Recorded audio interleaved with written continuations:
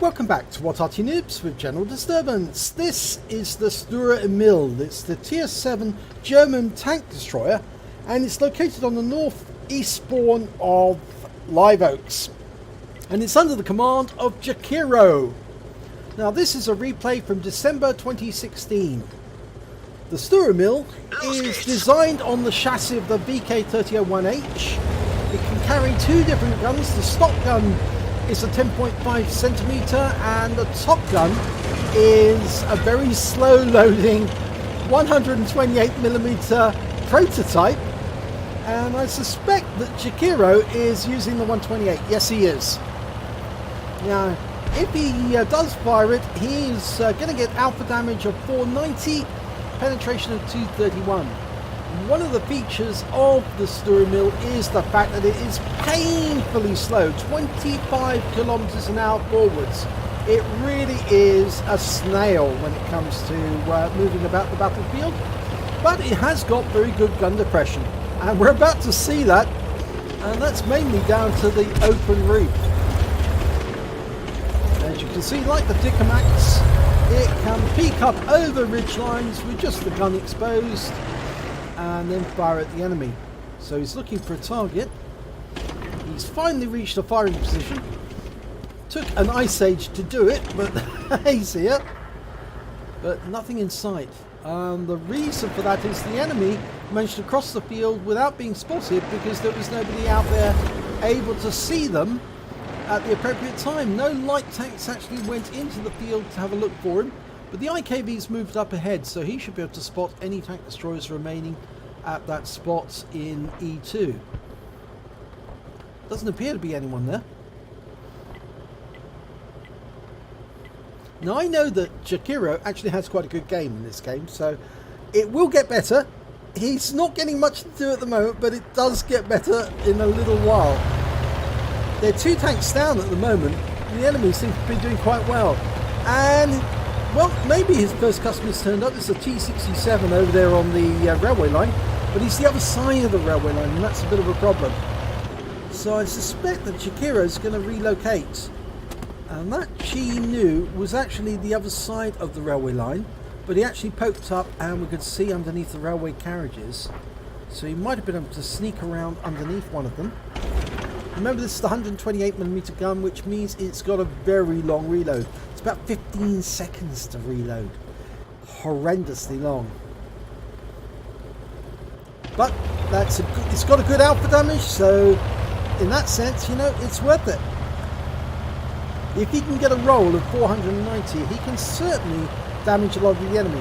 But one of the biggest problems with the Sturer Emil is the number of ammo, the amount of ammo he can carry. He's only got 15 rounds to play with. 15, so he has to make every shot count. There's the Chinu underneath the railway carriage. Oh, took him out. Gone. 93 hit points. He'd already been damaged, but he got his first kill. Having such a small amount of ammunition as well makes it very difficult for him to get large numbers of kills. In fact, it would be virtually impossible for him to wipe out the entire enemy team unless they line themselves up and allowed him to put rounds into them one by one. And that's not going to happen in any battle. So he has to pick his targets well, and he has to make sure he's fully dialed in before he shoots, because if he tries to fire when he's not dialed in, that round's not going to go anywhere near the target, or at least it might not. And all of those tanks are the other side of the railway line, and so they're in the cover of the ridgeline there. And we're not doing very well in the city because actually we're two tanks down, and the heavy tanks on the enemy team are coming out of the city now towards the cap. So it looks like we're going to have to defend our own cap from the ridgeline, and it looks like we've got a tank the other side of the ridgeline now next to in the south. It's the T-3485. So we're going to have to back up and get rid of him, because otherwise we won't be able to take shots at the enemy tanks who are coming up the other way. Oh, one shot takes him out of the game. 164, second kill. I told you it'd get better, but it gets better still. Okay, well, remember I said that the enemy tanks have come out the city? Yeah, they're coming this way. And that's a low roll on the T-34-100. And he's having to spin round quickly. Oh, keep the gun facing towards the enemy. He doesn't want to be tracked at this moment. Now he is loaded, and T-34-100 is now dead. But he did take a hit there from one of the enemy tanks. It's the IKV-103, I think, and there's a Tiger 1 up there and an IS. Now, can he get the IKV? Yes, one shot! 350 hit points. He's out the game. That's 4th kill. And the T-67 still over there. The Tiger's gone down. He did some damage spotting for that. Now, can he get the IS? Pulling up over the ridgeline. Lining him up. Yes, you can see him. And yes, he's gone as well. That's his 5th kill. So he's disposed of all the tanks that came out of the town. Now all he needs to do is face off against this T-67, Tier 5 American. And he one-shots him. 360 hit points. He's out the game. There are only 3 enemies left, and one of them's behind him. The T-34, and he takes a round. He's down to 46 hit points now. He can't afford to take another round. If he does, it'll be the end of the game for him. And he one-shots the T-34 out. 317 hit points. 7th kill. One more, he gets the Radley Walters. He got the top gun with the T-67. There's the Leo. Now he's the other side of the railway line at the moment. He's got 7 rounds of ammunition left, which is amazing, really, if you think about it. He's only fired 8 rounds, he's got 7 kills. Alright, the Leo has dropped below. Now the other tank that's still on the enemy team is the Su-100. Oh, he got the Leo! He came back to take a shot, exposed the side of his vehicle, and Jakiro just wiped him out. And that's his Radleys. So there's only one enemy left, it's the Su-100. He's across the lake, there he is.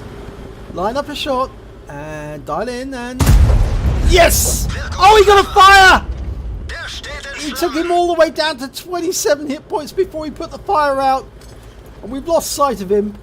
But all 3 remaining members of his team, other than him, are now immediately descending on their Su-100. They know that he's a one-shot, and that Cromwell B just can't get to that Su-100 fast enough. And I don't think Jakiro minds if the Cromwell B gets the kill. In fact, the Su-100, well, he's in the dip now, so it's a bit difficult for us to get a shot in. The Cromwell is going around him, and there he is. Oh, and he's got him. That's it, game over. Amazing play. Let's have a look at the end of battle stats for this one. It's an ace tanker for Jakiro in the Sturer Emil. He got a duelist medal for taking down 2 tanks that did damage to him during the battle, the T-34 and the IKV.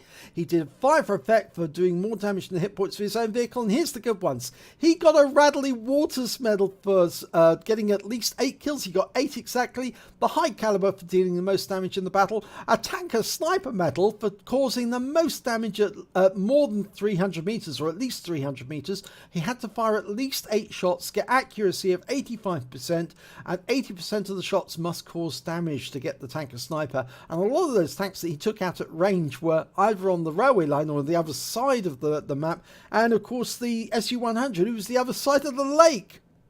And lastly, he got a top gun for getting at least 6 kills. And this battle took place in December 2016. So let's have a look at team score. Highest damage, 3,186 hit points. I look at that. It's nearly double the highest score of the Cromwell on his team. The highest score on the enemy team's DRIS, who managed to get 1,759 before he was taken out by Jakiro. And when it came to kills, look at this. 8 kills by Jakiro. The highest the enemy could get was 3 kills by the IS. Next highest score on Jakiro's team was the Cromwell. He managed to get 2 kills. And look at the base XP, 1173. That's ace standard. The Bromwell managed to get 994. Then came the Striv M42 with 808. So let's have a look at detail report. Well, he fired 10 rounds, he got 10 direct hits, and he got 10 penetrations. In fact, he did damage of 3,186 hit points, of which 1,256 were at more than 300 meters, firing across the lake. He received 4 hits from the enemy. All 4 of them were penetration. Shows that the armor on the Sturer Emil is pretty weak, actually, and just about any shot's going to go through, regardless. He spotted 1 enemy vehicle, he damaged 9 of the enemy and killed 8 of them, and did damage assistance of 138 hit points. On a premium count, he earned 42,425 credits, and after repair, ammunition resupply and consumables, he actually made 24,597 credits. He received 1,760 XP, got 88 XP for playing in a platoon, and so he took away 1,848 experience points altogether.